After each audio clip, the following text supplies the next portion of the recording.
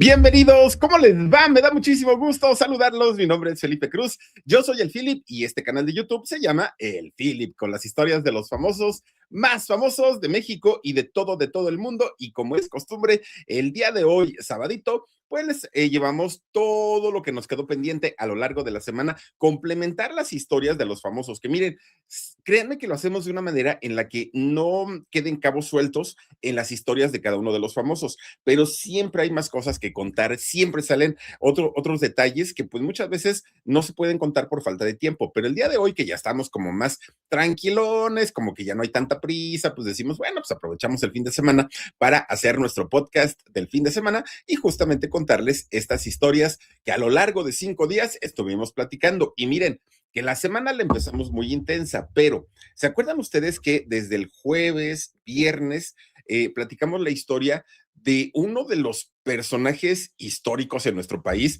más importantes, sí, pero oigan, es que de verdad que mire la historia de don Pancho Villa con sus dos viejas a la orilla, en todos los comentarios dividió opiniones. La verdad es que sí. Hubo quienes dijeron, ay, ¿cómo te atreves a decir eso del Centauro del Norte? Aquel hombre que nos dio igualdad en la Revolución Mexicana y todo. Pero también hay gente que está muy consciente que no era un santo, don Pancho Villa. No podemos decir si era un monstruo o no, pero tampoco podemos decir que era San Pancho Villa. La verdad es que no. Pero digo, empezamos a contar desde su niñez, prácticamente el día jueves, el día viernes, el lado B de Pancho Villa, pero también el día de ayer les contaba yo que a partir de 1915 fue o marcó el inicio del fin en la carrera militar de don Francisco Villa o de don Pancho Villa. ¿Por qué? Porque resulta que por ahí de 1915, por ahí de 1916, su ejército comenzó a disminuir muchísimo, muchísimo. Recordemos que Pancho Villa fue un revolucionario. La revolución en nuestro país, en México, comenzó en 1910 y fueron varios caudillos que dirigieron este movimiento, entre ellos Francisco Villa, entre ellos Emiliano Zapata, entre ellos Felipe Ángeles, entre ellos, ¿quién más podemos decir? Venustiano Carranza, entre ellos, ¿quién más podemos decir? Híjole, es que fueron varios, pero bueno, resulta que uno de los grandes ejércitos fue el de Pancho Villa, pero por ahí de 1915 a 1916, don Pancho Villa comenzó a acumular derrotas, varios de sus hombres, de sus soldados, comenzaron a morir por la pérdida en estas batallas. Y en esos años su ejército comenzó a disminuir bastante. Pero además, sí es verdad que la fama que tenía el Centauro del Norte era una fama de ser un hombre violento. Y esto afectó muchísimo la imagen de Francisco Villa. Pero además también recordemos que Francisco Villa fue perseguido por el ejército de los Estados Unidos. Y aunque no le ganaron, Francisco Villa prácticamente sacó a los estadounidenses de territorio mexicano. Sí fue cierto que esto le afectó muchísimo, muchísimo.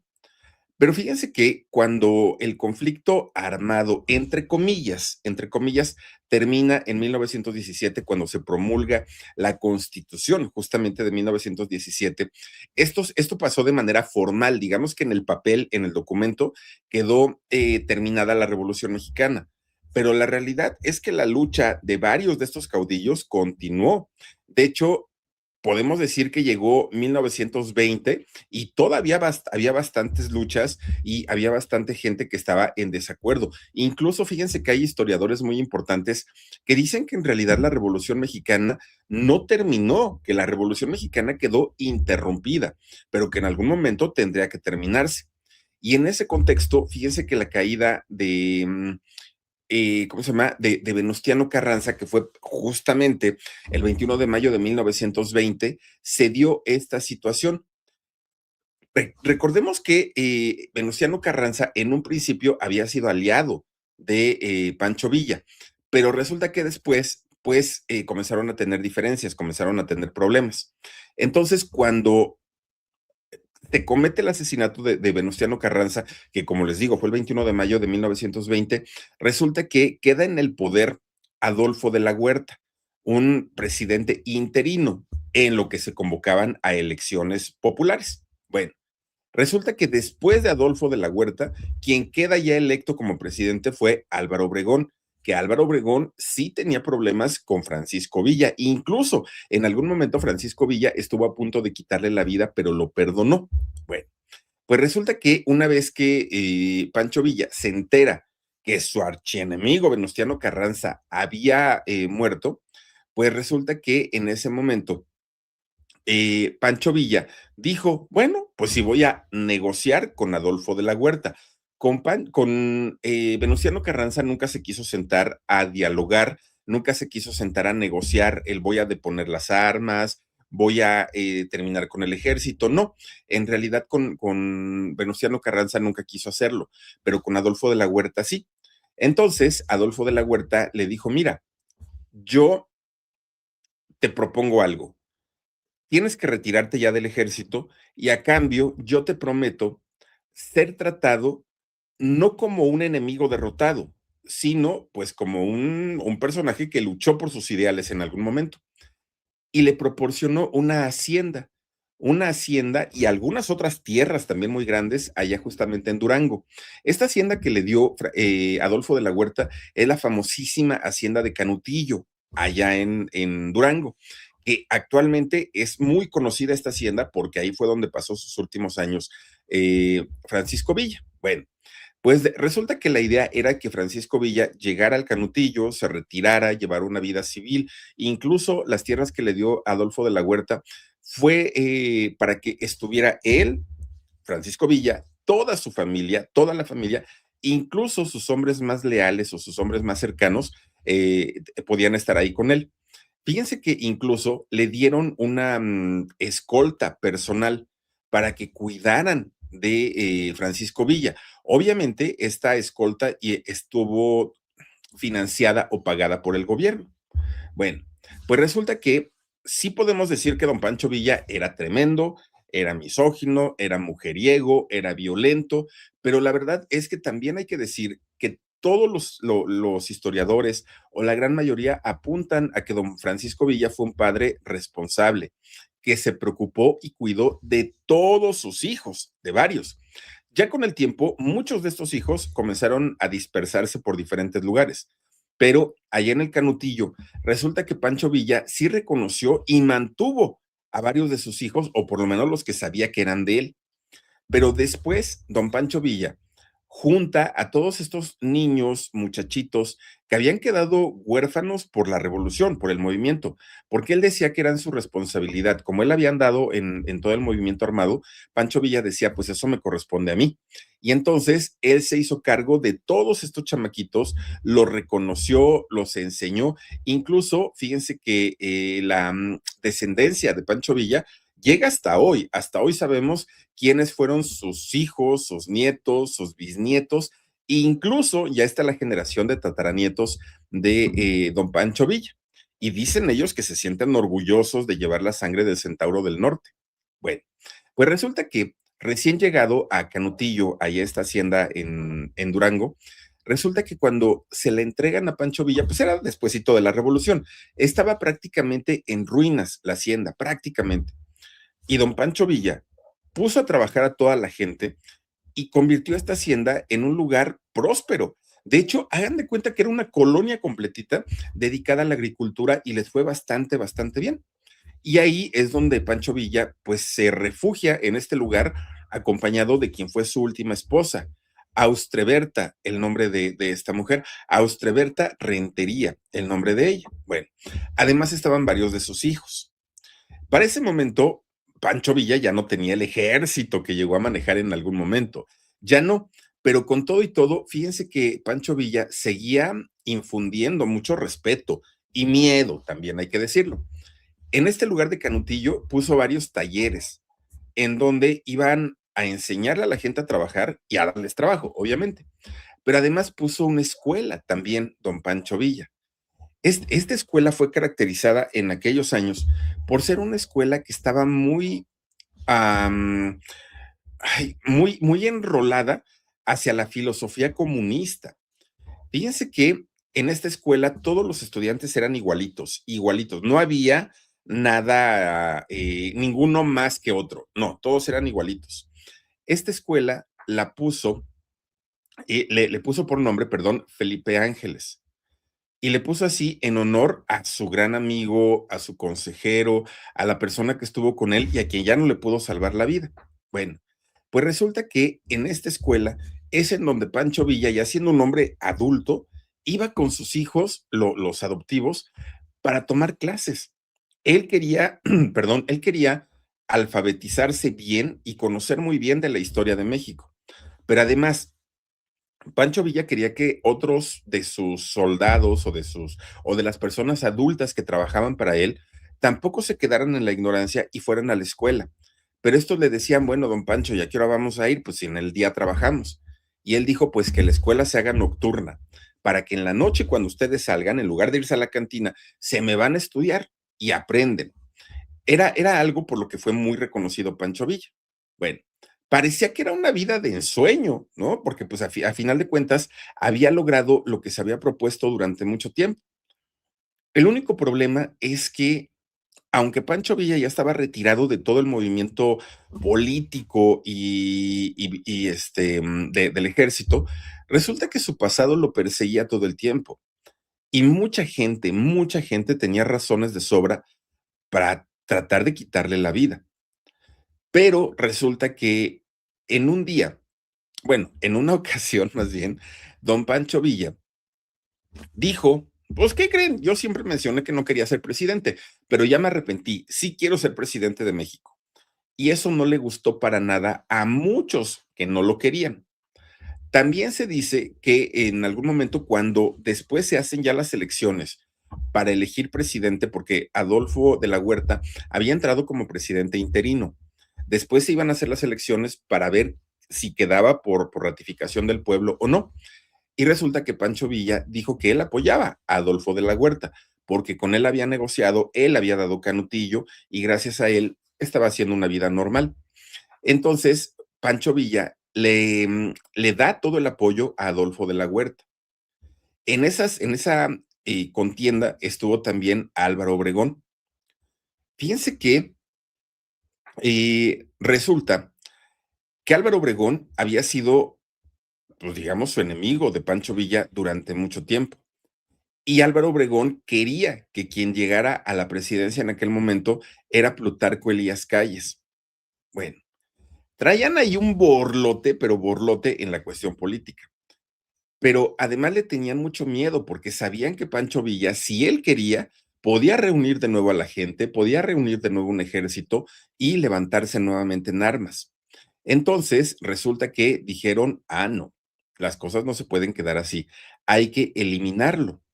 Y entonces Álvaro Obregón, por medio de uno de sus generales de mucha confianza, que era Plutarco Elías Calles, quien después también llegó a ser presidente de México, resulta que le dijo, júntate gente que tenga cuentas pendientes con Pancho Villa, que no lo quieran, que les caiga mal, que haya hecho Pancho Villa algo que estos señores lo odien. ¿Para qué? Para que te ayuden a aniquilarlo.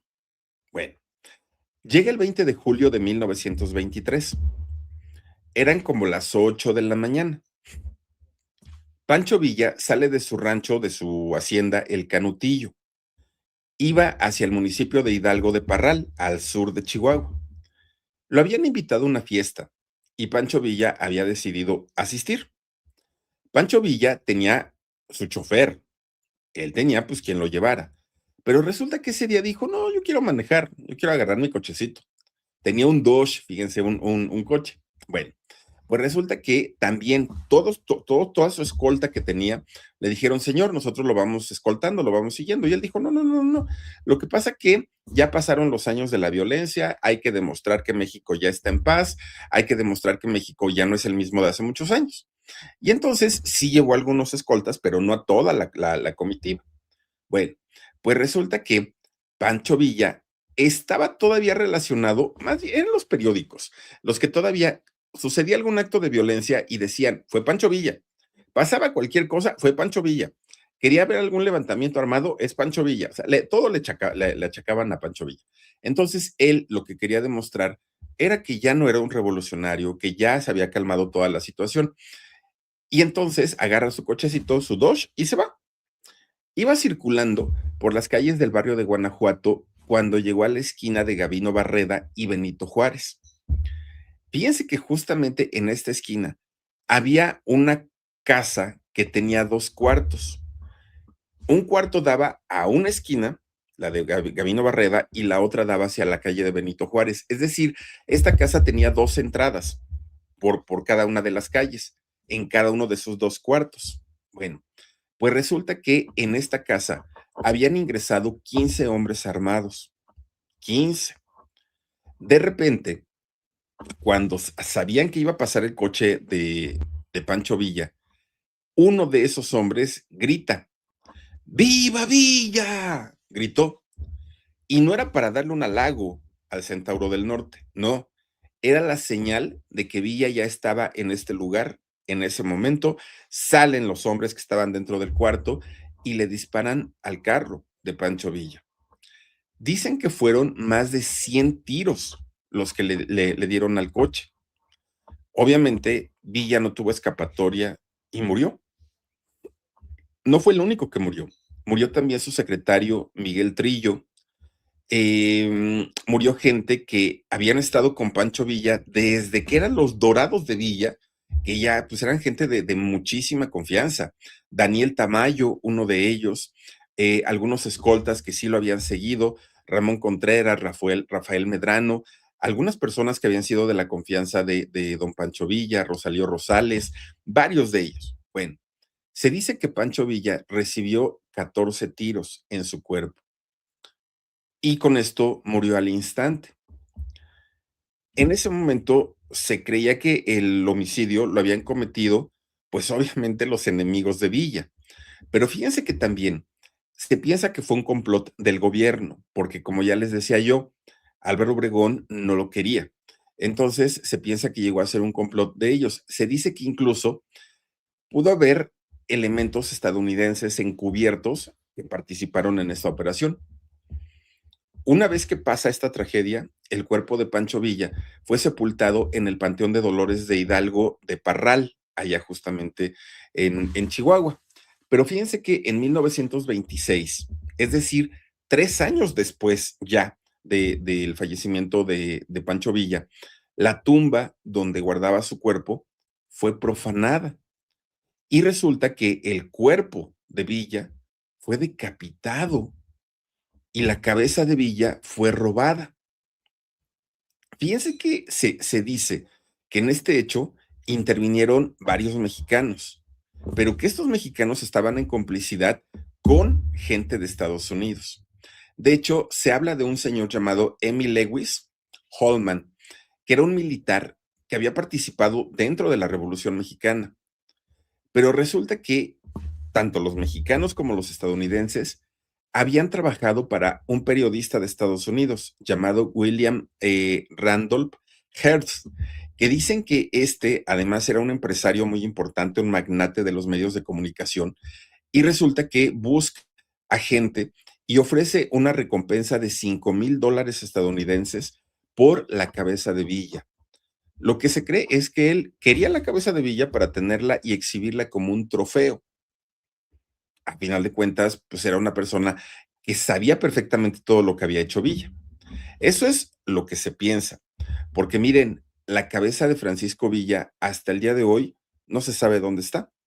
Bueno, hay una leyenda que dice que muy probablemente la cabeza de Villa fue llevada a Estados Unidos y que se encuentra en una academia militar de West Point. Se cree esto, que la tienen ahí como pieza de estudio, pero en realidad, pues así que haya una certeza, no. Cuando ocurre esto de la profanación de la tumba de Villa, resulta que su familia, para evitar otra vez que fueran a profanar el cuerpo, compran un lote en el mismo panteón y mueven sus restos a este nuevo lote. Y el lugar en donde había estado sepultado antes Villa, pusieron los restos de una mujer que había fallecido de cáncer. Bueno, pasa el tiempo y por decreto presidencial en 1976, los restos de Villa fueron exhumados y los trasladaron a la Ciudad de México. Al día de hoy, los restos incompletos de Pancho Villa están en una cripta en el Monumento a la Revolución. Ahí también están los restos de Francisco I. Madero, quien fue su gran amigo, pero también están los de su gran enemigo Venustiano Carranza, fíjense nada más. Bueno, pues hay una película que habla sobre la cabeza justamente de Pancho Villa. La cabeza de Pancho Villa se llama, de hecho, esta película, que es de los años 50, 1957, por ahí. Y resulta que, pues, recientemente, en este julio del 2026, se van a cumplir 103 años del fallecimiento de Pancho Villa.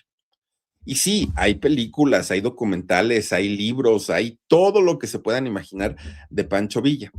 Pero todo lo que les estuvimos platicando el día de jueves, viernes y hoy sábado, prácticamente lo sacamos de tres libros que a mi parecer son los que mejor retratan la vida de Pancho Villa.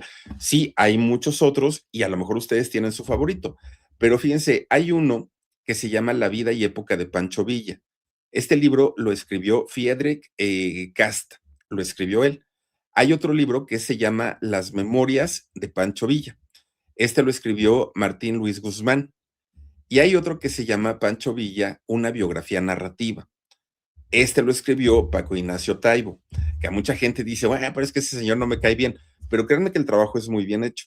Yo personalmente no conozco al señor, pero el trabajo me gustó. Y son trabajos muy excelentes sobre la vida de Pancho Villa, el centauro del norte. Pero bueno, pues es una historia, como ya les decía, muy larga, muy larga, y nos llevaría semanas y semanas hablar del centauro. No lo vamos a hacer. Pero fíjense ustedes que al día de hoy es tan completa y tan conocida la historia de Francisco Villa, que al día de hoy en el norte del país hay clubes de fans de Pancho Villa. Hay mucha gente que lo ama, pero también hay mucha gente que lo odia. Y aún con todo y todo, por ahí de 1966, el nombre de Pancho Villa o de Francisco Villa fue escrito con letras de oro en el muro de honor de la Cámara de Diputados. Por alguna razón sería. Bueno, malo, regular, héroe, villano, pues ya cada uno pensará lo mejor de este personaje, pero es un personaje muy conocido y muy importante en México, eso que ni qué, y eso que les contamos de pasadita toda la historia de él, porque miren, nos llevó 3 videos, imagínense si lo hubiéramos hecho a detalle, hubiéramos hecho una telenovela, pero bueno, no solamente en México se dan este tipo de personajes que pueden causar admiración y odio, no, no, no, no, no, ya en un contexto totalmente diferente, totalmente distinto, el lunes platicamos la historia de otro personaje que causa también mucha polarización, Nicolás Maduro. Fíjense que un señor que yo no sé si fue buen presidente o no, los videos que hemos visto, por lo menos que yo he visto sobre lo que pasa en Venezuela y lo que yo he platicado con venezolanas y venezolanos, oigan, de verdad que es una cosa de terror. Pero fuera de eso, las mentiras que ha dicho Nicolás Maduro también han quedado ahí y yo no las estoy inventando. Maduro dijo, yo fui rock and rollero, yo canté con la banda, quién sabe qué, yo fui guitarrista, yo no sé cuánto. Después salieron los del grupo y dijeron, no, ni siquiera lo conocemos, que no venga a hacerse aquí el héroe. Entonces, chismosón, la verdad es que sí.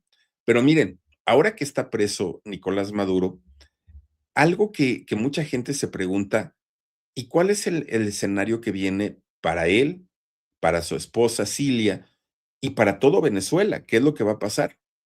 Bueno, Cilia Flores, obviamente, al ser esposa de Nicolás Maduro, debió haber sabido prácticamente muchas de las operaciones o de los movimientos que hacía su esposo. Por algo la capturaron también. Pero resulta que Nicolás Maduro fue llevado a Nueva York. La corte en donde se va a realizar el juicio o se está llevando a cabo el juicio está en Nueva York. Y según la legislación federal de ese estado de Nueva York, resulta que Nicolás Maduro está siendo acusado por narcotráfico. Y en caso de ser encontrados culpables, de acuerdo a la legislación de Nueva York, podrían ser elegibles para la pena capital. Sí. Miren, también hay una realidad. Las sentencias a muerte por estos delitos son poco frecuentes allá en Nueva York. Tampoco es como para decir, ay, pasa todo el tiempo. No. También se han agregado otros delitos conforme han ido pasando los días. conspiración, narcoterrorismo y cargos relacionados con armas. Esta acusación, como ya les decía yo, incluye a Cilia, su esposa, y a Nicolásito, el hijo, también. Bueno, fíjense que hay quienes dicen, yo creo que lo que va a pasar con ellos es que les puedan dar una prisión prolongada o perpetua, podría ser, pero no la pena capital. Incluso dicen también que es poco probable, incluso casi imposible, pero que existe la posibilidad de un perdón presidencial y que se han dado casos. Eso es lo que dice. Ahora, lo que no se sabe es qué va a ocurrir con la familia de Nicolás Maduro, que está en Venezuela, porque recordemos que ellos también se beneficiaron mucho de la presidencia de Maduro y también tienen sus buenos negocios y también tienen su buen dinerito. Entonces, pues miren, no se sabe qué es lo que va a ocurrir allá. Lo único que a mí me gustaría es que sucediera algo muy bueno para todos los venezolanos, porque ya han sido años los que han batallado, los que han sufrido, los que han tenido que salir de su país para buscar oportunidades en otros sitios y la han padecido muchísimo, muchísimo, y que merecen, al igual que los mexicanos, vivir en un país próspero, en un país en donde no solamente a unos les vaya bien y a otros no. Creo yo que todos nos merecemos eso. Y cuando hay un gobierno que no lo hace por la razón que quieran, también estamos en el derecho de reclamar y de levantar la voz, seamos mexicanos o de cualquier otro país. Pero bueno, pues eso fue el lunes, el día martes platicamos la historia, fíjense nada más, de un actor guapo, porque pues es un muchacho guapo, pero resulta que al darse cuenta que su físico no le alcanzaba para ser protagonista de telenovelas en Televisa, y miren que su carrera la empezó siendo modelo, pues un chamaco muy, muy, muy guapetón, él dijo, pues voy a invertir mis ahorros, voy a guardar mi dinerito y me voy a convertir en empresario y voy a empezar a diseñar ropa. José María Torre, este muchacho salvadoreño que miren lo que sabe cada quien ha logrado hacer una carrera en México. Yo no sé si la mejor carrera, yo no sé si pudo haber llegado a más o no, pero la verdad es que es un chamaco que le ha echado ganas, eso que ni qué. Pero fíjense, me estaba yo acordando, hubo una telenovela más bien en México que se llamó La Intrusa, no sé si ustedes se acuerdan. En esta telenovela de La Intrusa trabajó Gaby Spanik, entre otros. Pues resulta que la novela es del 2001, es decir, que tiene ya sus 25 años. Resulta que en aquel momento todavía existía la revista Eres. Uy, que la revista Eres en los años 90 y las premiaciones de la revista Eres eran esperadas por todos los noventeros, ¿no? Pero todavía en el 2001 hubo alguna premiación. Resulta que José María Torre llega a esta premiación muy bien acompañado por Ana Layevska, esta mujer hermosa, muy, muy, muy guapa, y otra chica llamada Paola Cantú. Resulta que, pues, empiezan a entrevistarlos, todo muy bien, todo muy bonito. Cuando de repente José María se da la vuelta, traía una playera que tenía una frase: "Odio a la intrusa", que era la telenovela en donde él estaba participando. Bueno, cuando la Gaby Hispanic ve esa foto, se puso, pero furiosa, furiosa. Inmediatamente fue a ver a José María, te exijo que me digas qué significa esa playera. Pues José María le dio su punto de vista, su opinión, pues es para llamar la atención, pero como no le convenció esa explicación a Gaby Spanik, fue a ver a la directora de escena, que era doña Beatriz Sheridan, que quien la conoció, un carácter tremendo el de doña Beatriz. Muy buena directora de escena, pero de un carácter muy fuerte. Como vio a Gabriela Spanik muy alterada, doña Beatriz Sheridan se puso furiosa, manda a llamar a José María Torre y se lo puso como lazo de marrano, pero le puso una gritoniza, gritoniza. Y le dijo, pero vas a ver, voy a acusarte con el productor, que el productor era Nacho Sada. Resulta que va a ver a Nacho Sada y le dijo, te exijo que corras a este chamaco. ¿Cómo se le ocurre salir con una playera? Yo odio a la intrusa, pues sí es la telenovela que estamos haciendo, es la telenovela donde él mismo trabaja. Resulta que Nacho Sada manda a llamar a Chema, José María Torre, y le dice, explícame qué pasó.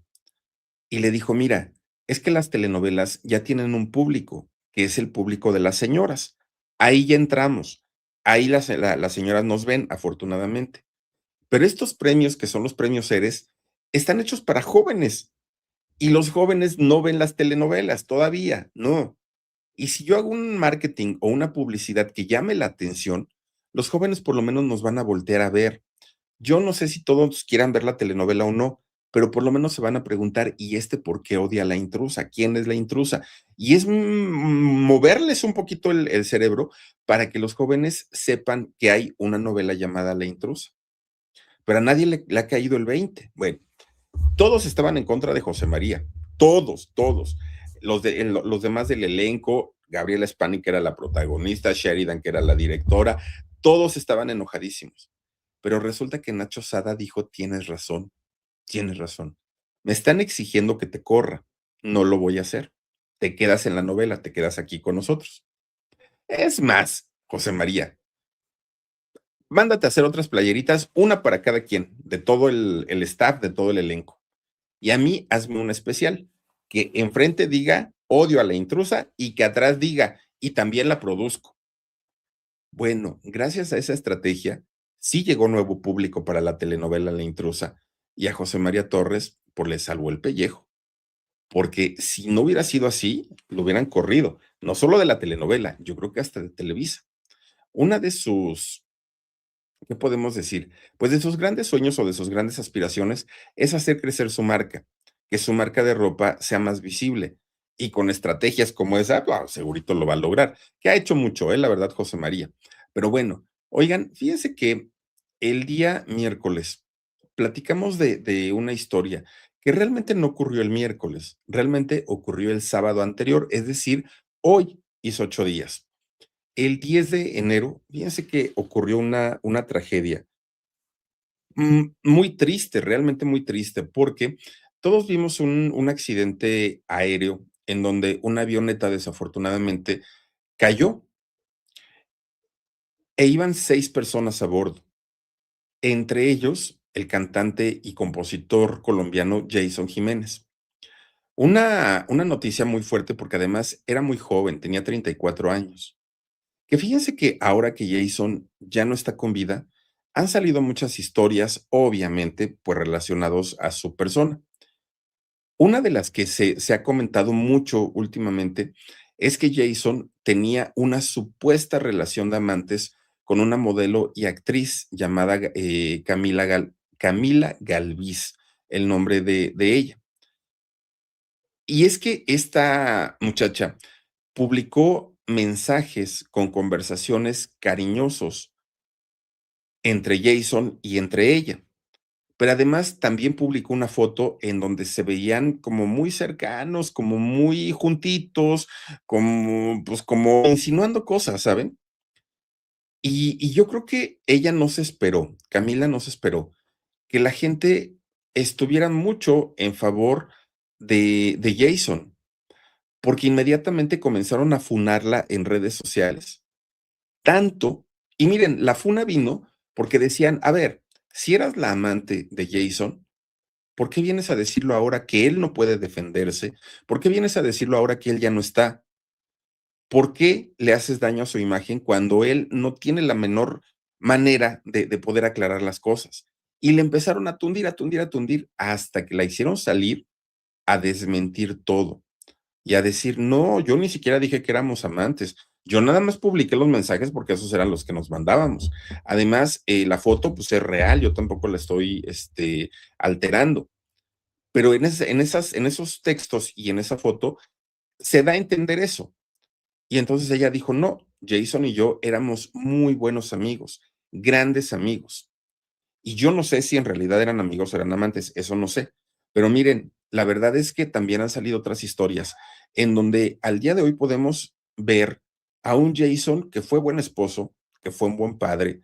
Yo no estoy diciendo que haya sido el mejor ser humano del mundo, porque tampoco lo creo, pero sí podemos decir que cuando una persona ya no está, empiezan a salir las cosas buenas y las cosas malas.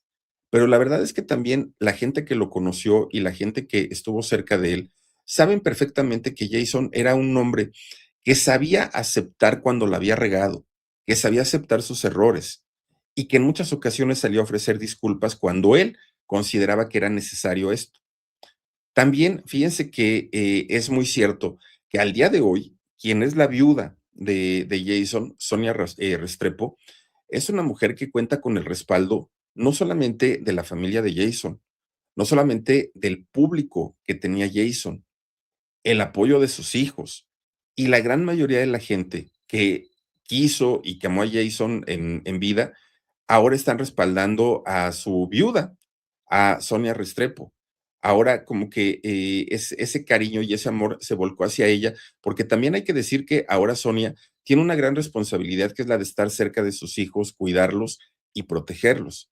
Entonces, pues yo creo que no está bonito, no está padre que después de que una persona ya no esté, ahora empiecen a salir cantidad de historias. Se hubieran contado cuando él estaba en vida, pero ya a estas alturas, pues miren, lo que hizo bueno o lo que hizo malo, a final de cuentas, seguramente, pues allá arriba ya lo pagó. Pero fue muy triste lo que ocurrió con Jason Jiménez y con las 5 personas más que iban en esta avioneta y que descansen en paz todos ellos. Pero bueno, pues hasta aquí llegamos con nuestra historia el día de hoy, con este podcast de El Fin de Semana en el canal del Philip. Les quiero agradecer muchísimo, muchísimo que nos hayan acompañado y recuerden que todos los días, de lunes a viernes, en vivo, a partir de las 9:30 de la noche, los espero en este canal. Y el sábado, sí estamos grabados, el sabadito sí no es en vivo, pero lo hacemos con todo el gusto y con todo el cariño del mundo. Por lo pronto, ya nos vamos. Gracias a Javi Álvarez, gracias a Dani Álvarez y gracias también a Omarcito Benumea, que todos los días nos acompañan, y principalmente gracias a todos ustedes que nos hacen favor de conectarse con nosotros como todos los días. Mi nombre es Felipe Cruz, aquí nos estaremos viendo, cuídense mucho, adiós.